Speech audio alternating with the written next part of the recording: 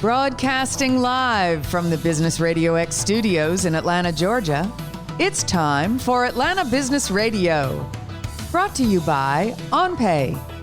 Built in Atlanta, OnPay is the top-rated payroll and HR software anywhere.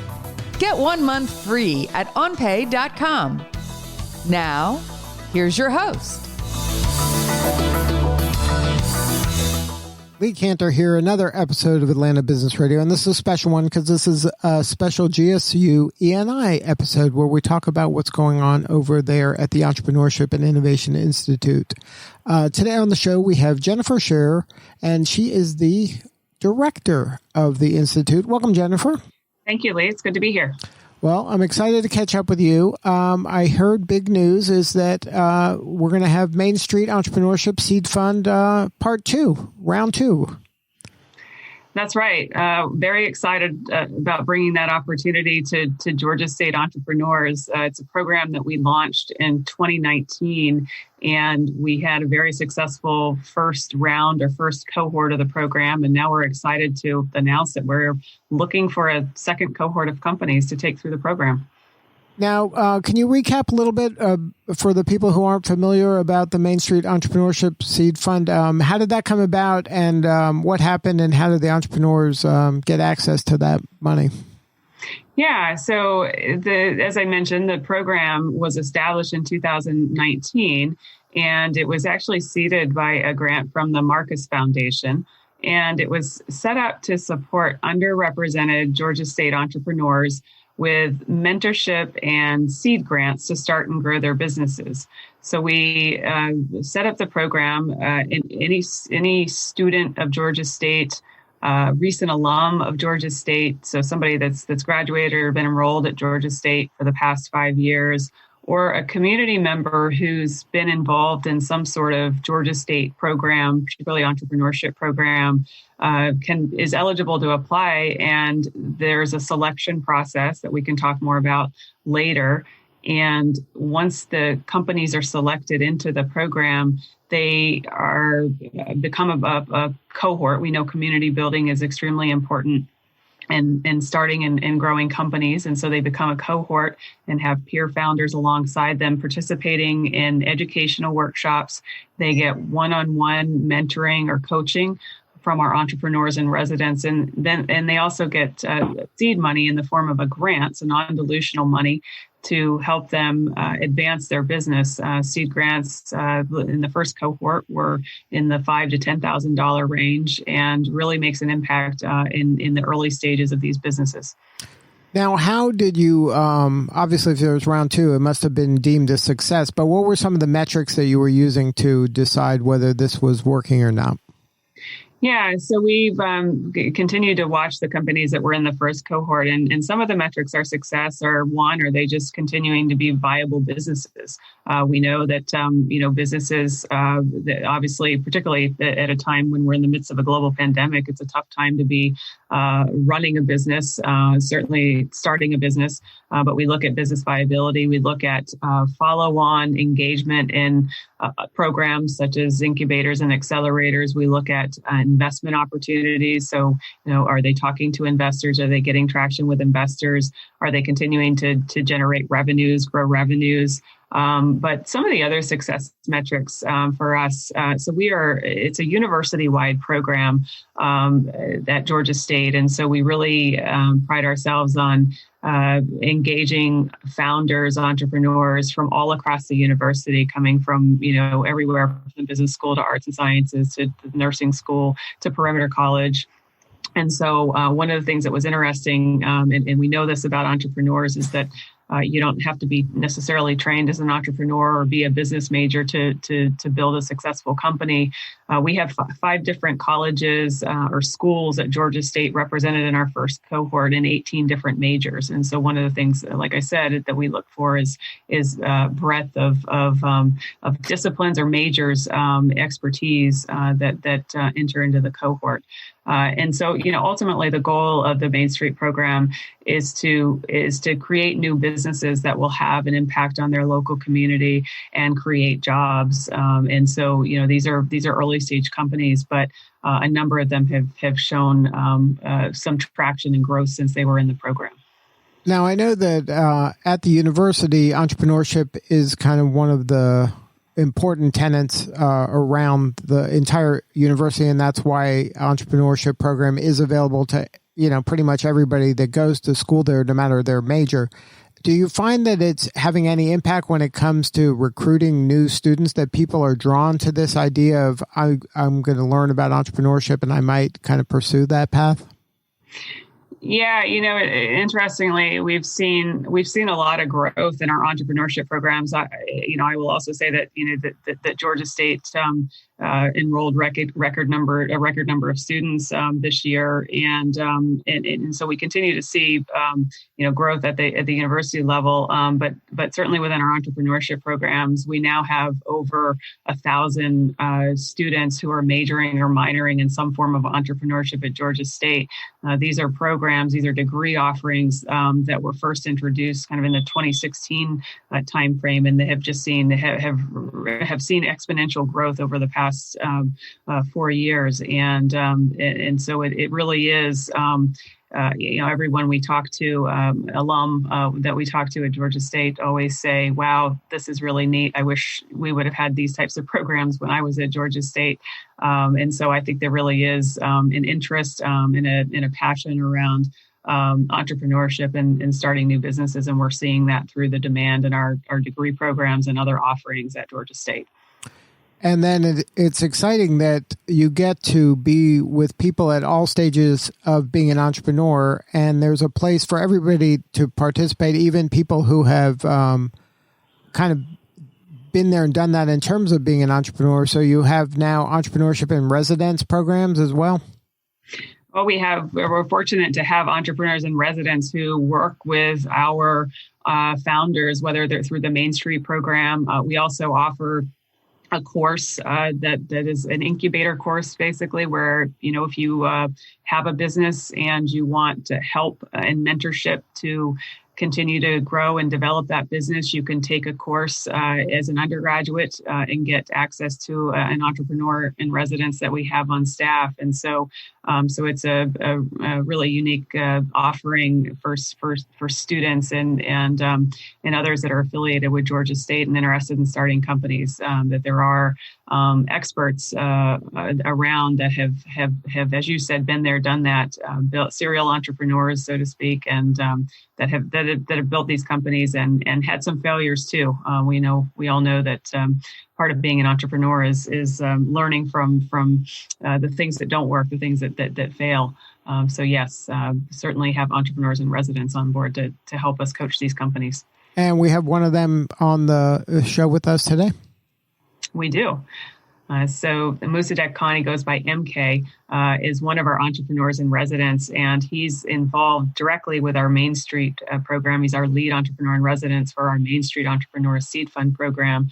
It has an incredible history. He's got an experience. He started his own companies.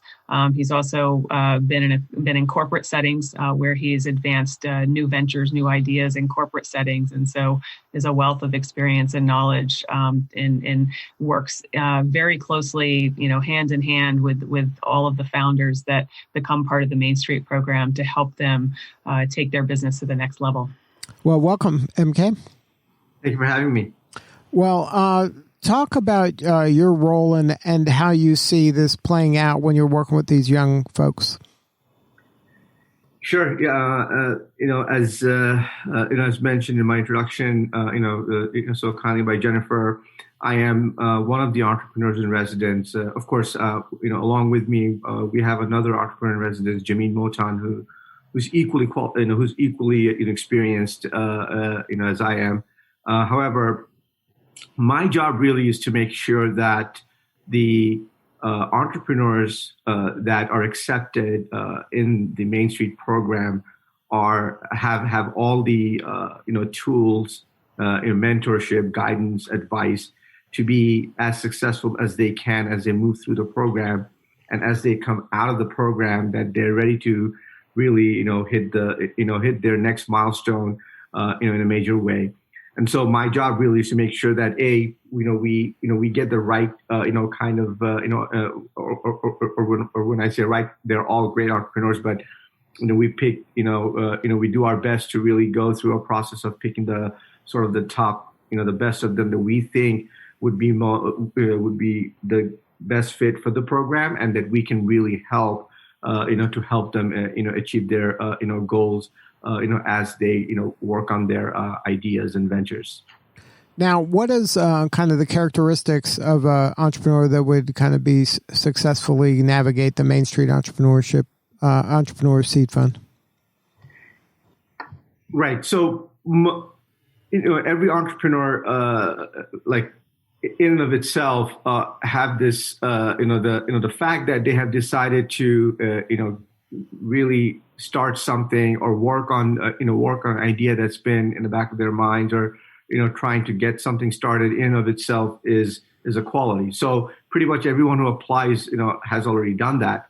Now, what we're looking for within the Main Street cohort of applicants is that folks that have not only thought about it, put something on paper, but perhaps have also gone a little bit, done a little bit extra by maybe going and doing some discovery on their idea and talking with potential customers or users or, of their product or service. Now, many of them have gone even further than that. What they have done is they've taken their idea, they've talked with customers, but they've also actually built something around it and serviced those customers. Some of the entrepreneurs that come through the program may also have revenue.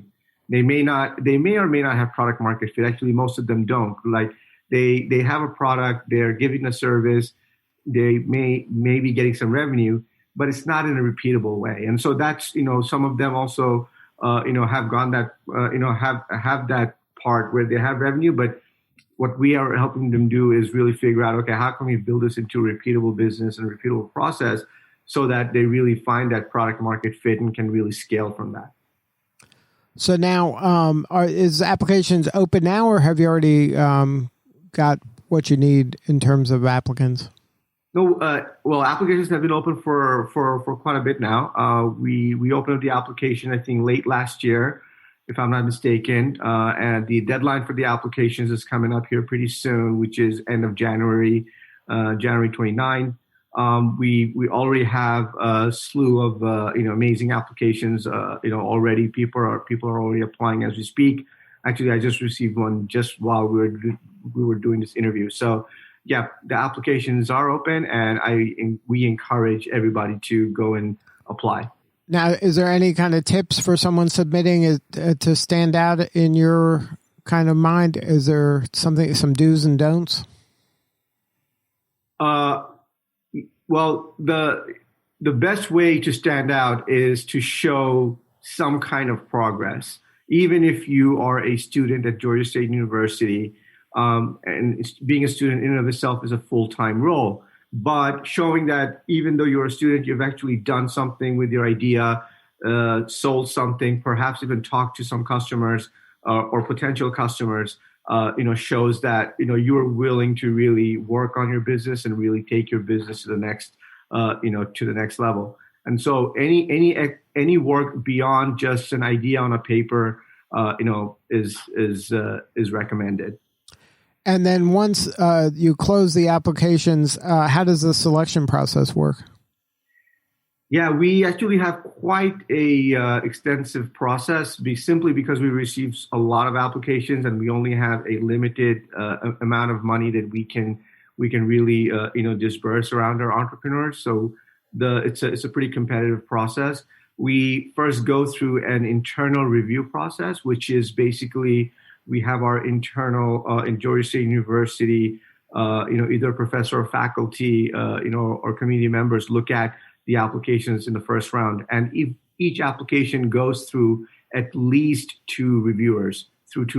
And so once that is done, we then pick about, the top, depending where it is, anywhere from 20 to 30, applicants to come and do a in-person, in this case, it would be a Zoom in-person pitch to some external judges, and these judges are usually from the community, from the Atlanta startup ecosystem. They're entrepreneurs, they're corporate leaders, and so we bring them in to judge each of these pitches.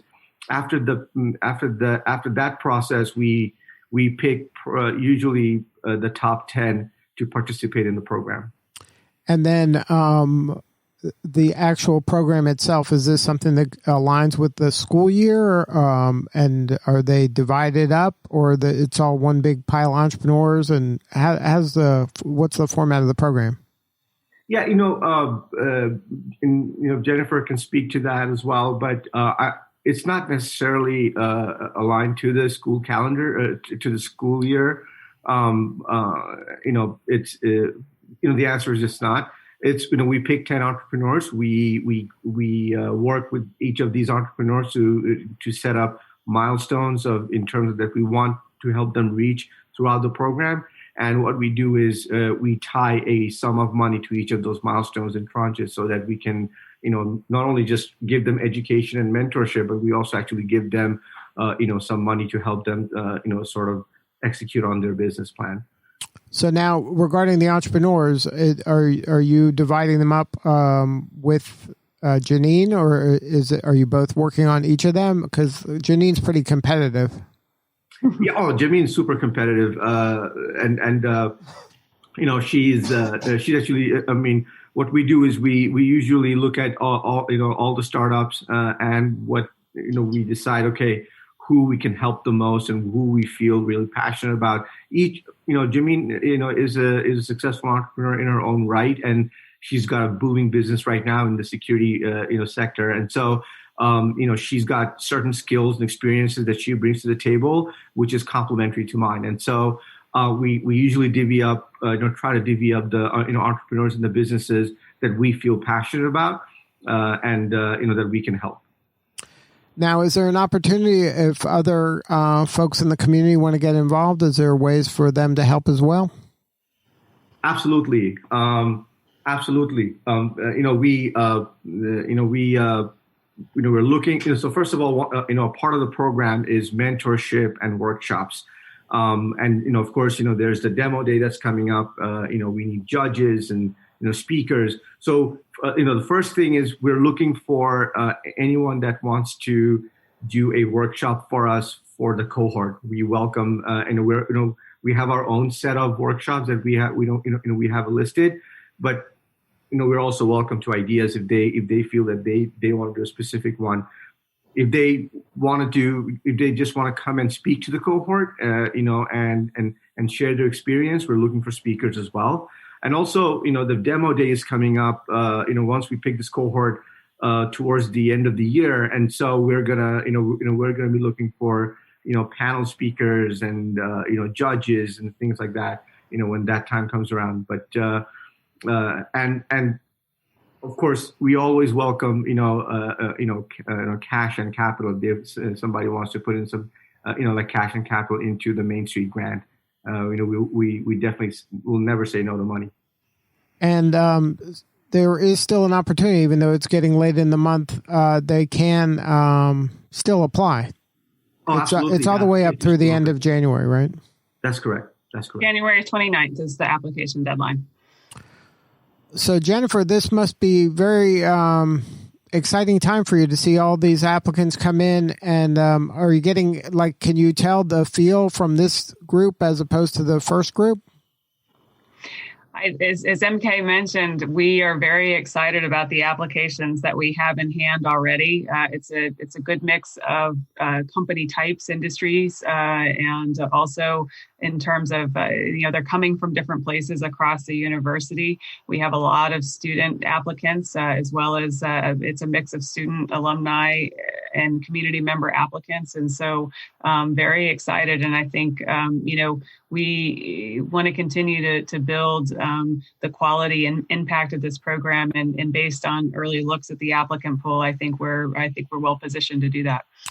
And it's important to note that this is for all entrepreneurs, right? This isn't just tech entrepreneurs. They can be anything, or is there a specialty they have to be industry they have to be in order to qualify? It's absolutely open to all entrepreneurs. We call it the Main Street Entrepreneurs Seed Fund, in part because we want to invite a breadth of company types to participate in this program. And we do have some tech companies. Most of the companies that are in the program are tech enabled, but it doesn't. You certainly don't have to be a tech company to apply and be accepted into this program. And if somebody wanted to learn more and get more information, what's the website? You can go to eni.gsu.edu, and you can look for the Main Street program on that website. You can also follow us on social media at ENI-GSU. Good stuff. Well, Jennifer, thank you so much for doing the work you're doing. It's important, and we appreciate you. And MK also for helping out over there and being an entrepreneur in residence. It must be very rewarding and worthwhile endeavor for you. It absolutely is. It's the best part of my day when I talk to these entrepreneurs. Well, thank you both for sharing your story today. And Jennifer, one more time, the website? eni.gsu.edu. All right. Well, thank you again for sharing your story. And this is Lee Cantor. We'll see you all next time on Atlanta Business Radio. And this is the GSU ENI Radio. Today's episode of Atlanta Business Radio is brought to you by OnPay. Built in Atlanta, OnPay is the top-rated payroll and HR software anywhere. Get 1 month free at onpay.com.